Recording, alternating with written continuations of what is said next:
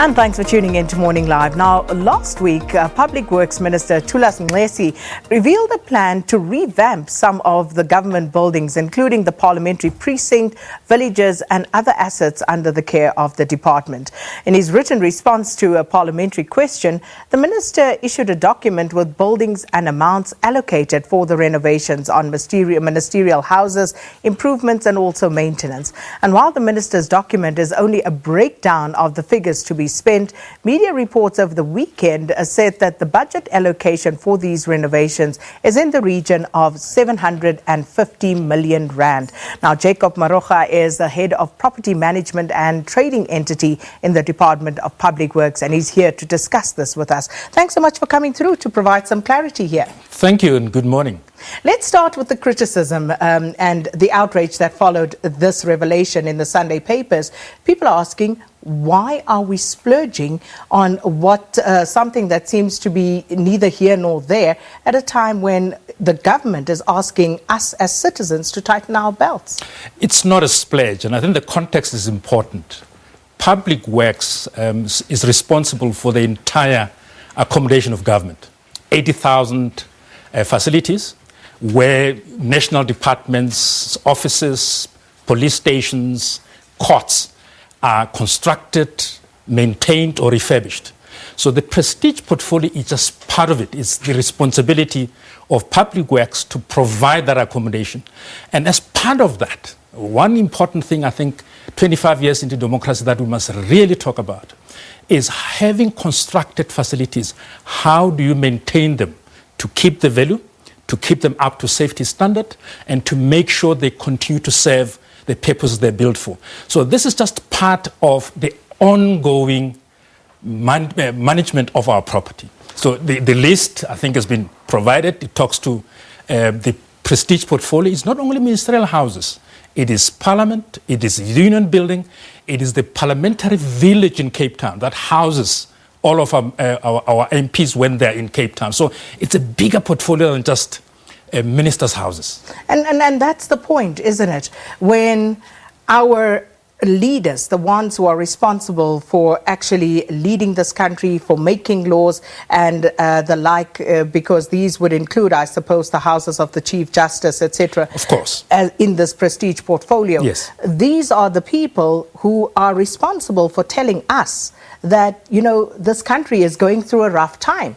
So if we can't do renovations to our homes, why should they be allowed to do that? But you've answered that in part. But I want to know, the prestige portfolio, we seem to hear a lot of that, you know, in terms of renovations and upkeep, etc., maintenance.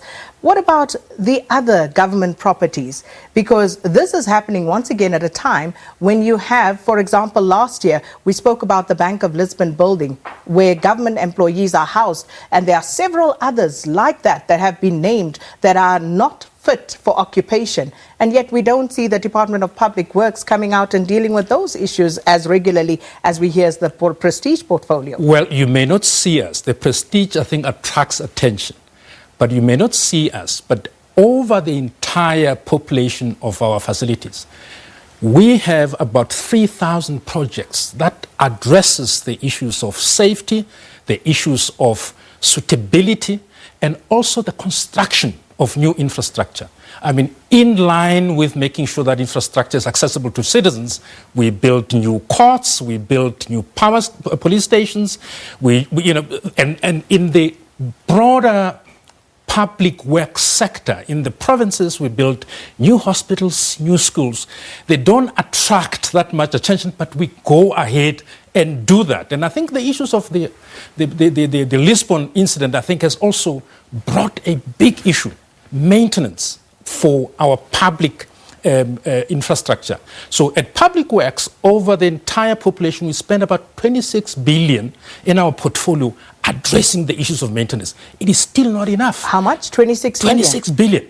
Billion. And it's still not enough. We still need to spend more because we're constructing more. As you construct, in fact, the figures are the following.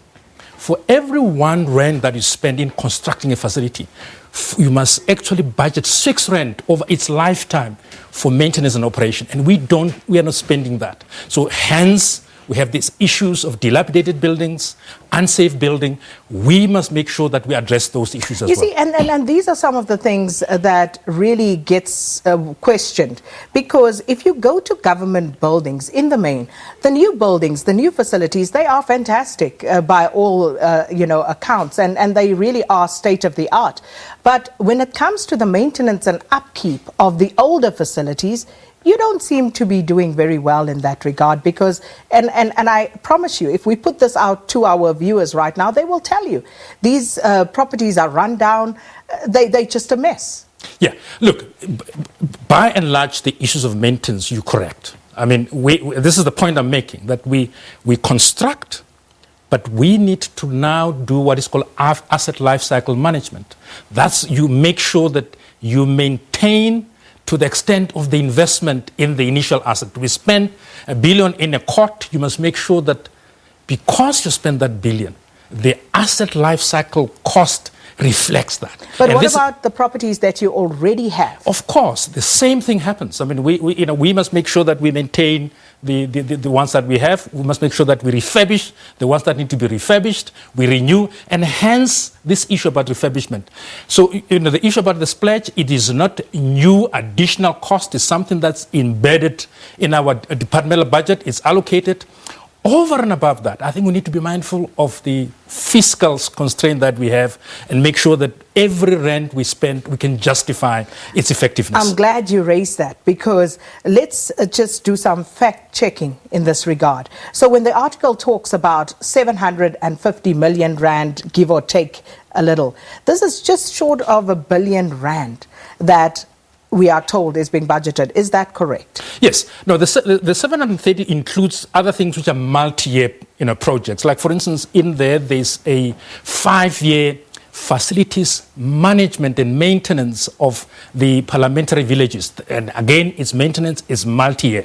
So if you don't continue the maintenance, what happens? You lose the value and you lose the standard of the buildings that we have. So yes, they're in that figure. How do you arrive at the determination of where to renovate, where to upgrade, where to change, facades, etc.? How do you prioritize what needs to happen first? Well, we've got planners, engineers that continuously look at the conditions of our facility, and they go through a rigorous process of planning and come up with designs that says this building will require refurbishment, and it goes into budgeting, and it's budgeted for, and it goes into procurement, and the procurement is open.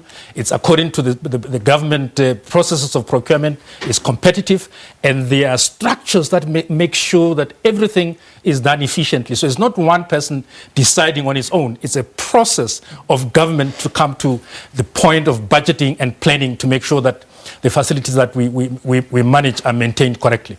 Now, that's another question because many people ask about the tender process around these things. Because in the articles, it also speaks about renovations to one property for a kitchen and a bathroom to the tune of R1 million. Now, is that correct? And why would we spend R1 million on the renovation of a bathroom and a kitchen? That particular facility, in fact, it's incorrect to say it's only a kitchen and a bathroom. The entire facility requires renovation. I think when the project was registered, the issue of the kitchen and bathroom came through. But it's a facility that requires a total revamp. It's in Cape Town, and those figures are budgeted figures. Obviously, after planning and procurement, the real cost will come. It could be less, it could be more, but that is the entire refurbishment of a facility. But those are the kind of things I think we continuously deal with. We have to go through engineering planning, and that brings about the procurement process. And after competitive bidding, that's when you can know what the price is. Those are the planning numbers for the budget, but the actual numbers comes after you've gone through the procurement process. So you're saying it's not just the kitchen and the bathroom, no, it's the entire property? Yes, yeah. So how did it get to a point, if you have just told us that, you diligently look into these things of maintenance and upkeep of these properties, how did it get to a point where we now have to spend R1 million to renovate it? We don't have to actually, in fact, as I've said, it's a planning figure. We have currently only produced, that's a plan. and it's a budget, we still have to go through the engineering process. And that engineering process will say, what do you still need to do in this facility? How much is it going to be? Then the actual cost will come in. So we have not spent that money. So it could be more? It could be more. It could actually be less, depending on the decisions that are made and depending on what the market says in terms of prices. So it could be more, it could be less. And I think that what you see here, there, goes across. I mean, this is just a house, but if you have to do a renovation of a union building, you have to go through the same process. You have to do I'd love to see these houses, because I think it would be important for us as the public to also do some sort of assessment of our own to see, is this property habitable? Because it is not necessarily for our elected representatives to live in opulence. We understand they need to live in a place that you and I would be comfortable living in, but it doesn't have to be opulent. And I think this is where the concern comes in. But you speak of the union buildings, and apparently you need to get new carpets at the union buildings. Well, that's just part of it. I mean, that facility is almost 100 years old. And the fact that it's still standing and operational, it means there is care for the facility. You can't have a facility standing for 100 years and you are not caring for it. So over time, you have to do refurbishment, renewal of various things. Now, it could be carpets now, but it's a massive facility. It's going to be roofing. It could be. So we continuously, all these massive facilities, you have to continuously do renewal, refurbishment, depending on the condition of the facility. Okay, just a final question on the upgrade at the parliamentary precinct. And I remember last year this story actually did also make the headlines. EPW contractors complaining there about a management facility company that actually was awarded a 5-year tender to the tune of 375 million rand. So what will they be doing, and how much will you be spending, or is that part of the same project?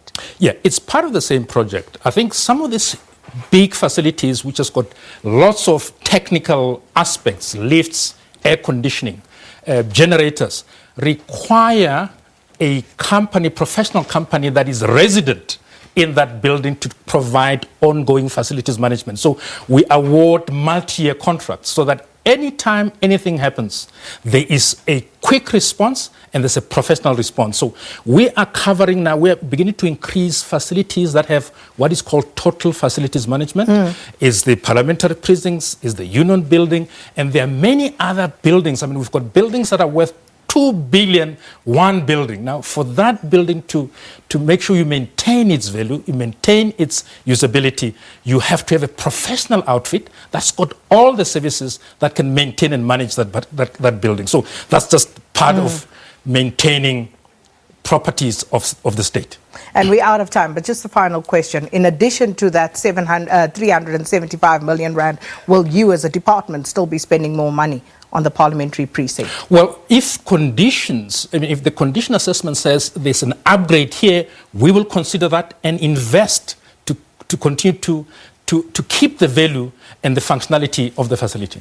Well, Mr. Maroga, thanks so much for explaining that to us. Jacob Maroga, Head of Property Management and Trading Entity at the Department of Public Works, explaining the department's decision on the spending that the weekend papers were reporting on. And always want to hear your views. Let us know what you think about that. It's time now for the news at